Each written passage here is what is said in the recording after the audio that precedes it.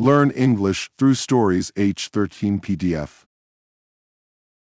Adapted and modified by Kulwant Singh Sandhu. Contents: Adventures of Feluda 1. The Emperor's Ring, Part 11. 2. Grammar page, to /it/in and into. The Emperor's Ring, Part 11. 11. It had already been decided that we would first go to Laxman Chula, spend most of the day there, and stop at Hrishikesh on our way back. To tell the truth, I wasn't too keen on going to Hrishikesh, which I knew would be crowded and dirty like any other holy place. Only the river was likely to be a little different. Bonabihari Babu was now singing the same Urdu song Feluda had been singing in the train. Jabse tor cheli Lucknow Nagari, Kayan hal ke hum par kia guzri. He stopped abruptly and asked, "Have you heard of Jim Corbett?" "Yes." "He killed man-eaters in these valleys, but like me, he understood animals and loved them. I have always admired him for that." Bonabihari Babu started singing again. Our car sped towards Laxman Chula through the hills. On our right, the river occasionally showed itself through stretches of dense jungle. The sky was clouding over. The breeze seemed to grow cooler each time the sun got blocked out by a cloud. I began to think about the stolen ring again. I had learned quite a few things in the last few days, but there was such a lot that still remained unexplained. Why did Mahabir think Pirlal's death had not been a natural one? Why had Pirlal screamed? Which spy had he tried to talk about? Was it someone we knew, or was it an outsider? All these thoughts chased one another in my mind as I glanced about idly. My eyes suddenly fell on the rearview mirror. I saw Feluda in it, looking intently in front of him. I turned my head. He was staring at the driver.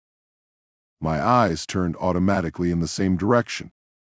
Then my heart seemed to stand still. On the driver's neck, between his turban and shirt collar, was a long scratch. We had seen someone recently with an identical mark. It had been Ganesh Guha. I looked at Feluda again. He was now gazing out of the window. I had never seen him look so grim. Sitting with us in the quality restaurant, Ganesh Guha had said he had left his job and was leaving for Calcutta the same day. Today he was dressed like a Sikh and taking us to Laxman Chula. What could it mean? Then it occurred to me that this taxi had been arranged by Bonabihari Babu himself. Oh God, in that case. I could think no more. My head began to reel. Where were we going? Was it Laxman Chula or was it somewhere else? What did Bonabihari Babu intend to do? He appeared calm enough and certainly did not look as though he had any ill intent. At this point he startled me by speaking abruptly. "We shall now turn left. There is a path that goes through the jungle. Then we'll come to a house where I expect to find the python. Let's just have a look now, then we can collect it on our way back." "All right, Felu Babu." "Yes, fine," said Feluda with remarkable composure.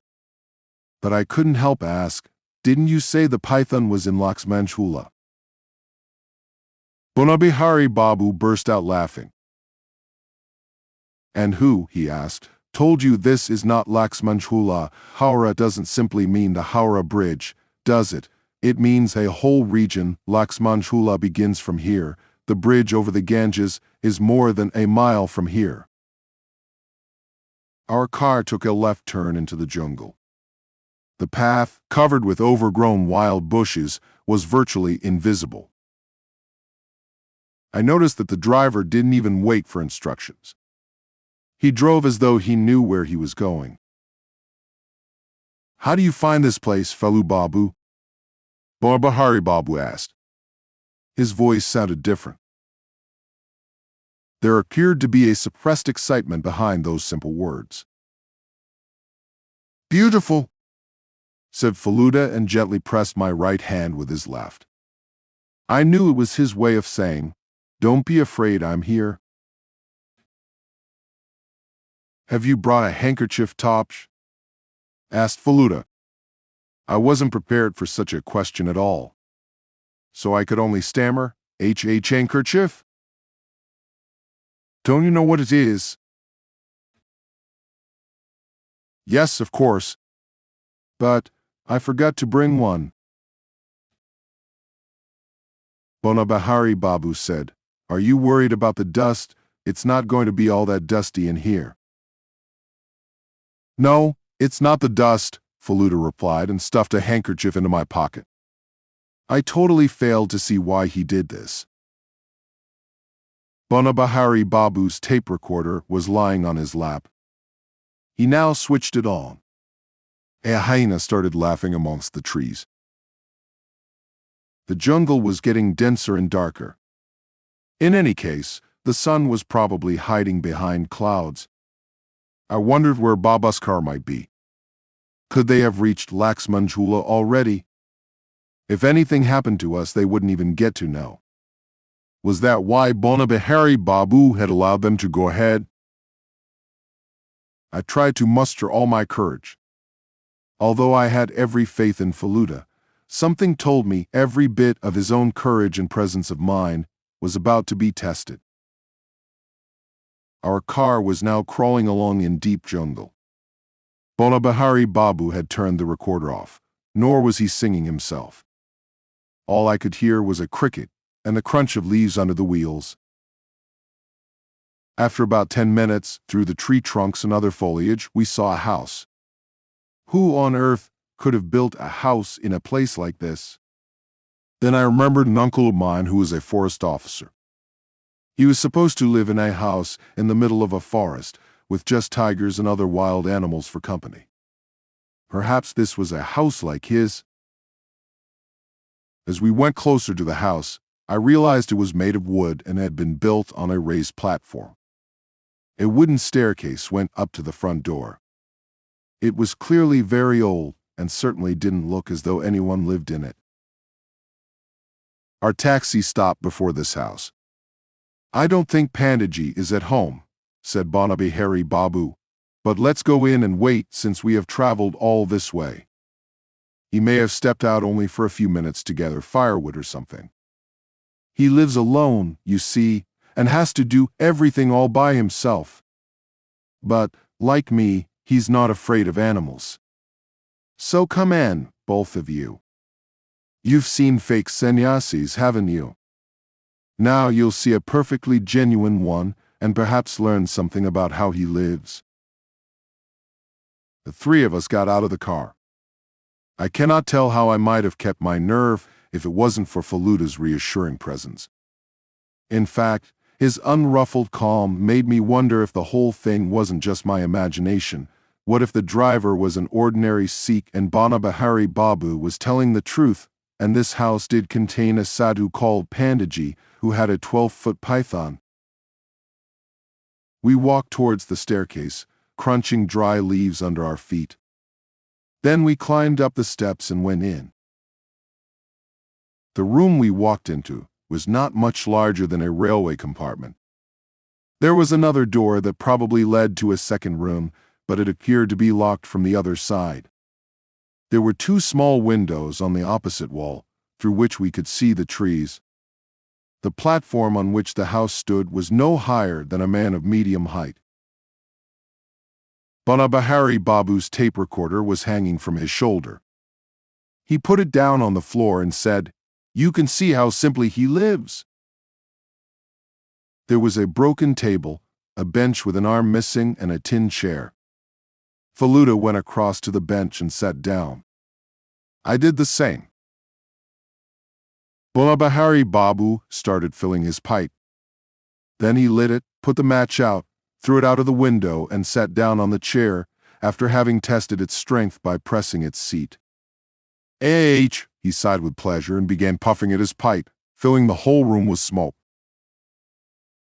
Well, he said after a while, in a low but clear voice, Fellow Babu, can I have my ring back, please? 2. Grammar page. To /at/in and into we say go /come /travel, etc., to a place or event. Go to India, go back to England, return to London, go to work. Go to the bank, go to a party, come to my house, drive to the airport. Be taken to hospital. When are your friends going back to India? And not going back in India. 3 people were injured in the accident and taken to hospital. In the same way we say welcome to, a trip to, a visit to, on my way to, etc. Welcome to our country? You're not welcome in.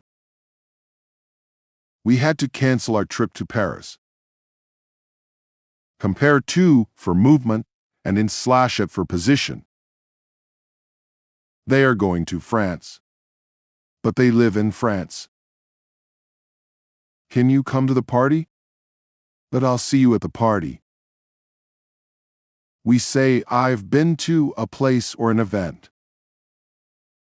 I've been to India 4 times, but I've never been to Jalandhar. Ganda has never been to a football match in her life. Get and arrive, we say get to a place. They got to the hotel at midnight. What time did you get to the party? We say arrive in, or arrive at, and not arrive to. We say arrive in a town or country. They arrived in London / in England a week ago. For other places, buildings, etc., or events, we say arrive at. What time did you arrive at the hotel / at the airport / at the party? Home. We say go home, come home, get home, arrive home, on the way home, etc., no preposition. We do not say to home. What time did you get home? And not get to home. I met Ritu on my way home. Not on my way to home. But I met Ritu on my way to the house. Into. Go into, get into, etc. Equals enter, a room / a building / a car, etc. I opened the door, went into the room and sat down. A bird flew into the kitchen through the window. Every month my salary is paid directly into my bank account. With some verbs, especially go / get / put, we often use in instead of into. She got in the car and drove away. Or she got into the car. I read the letter and put it back in the envelope. The opposite of into is out of.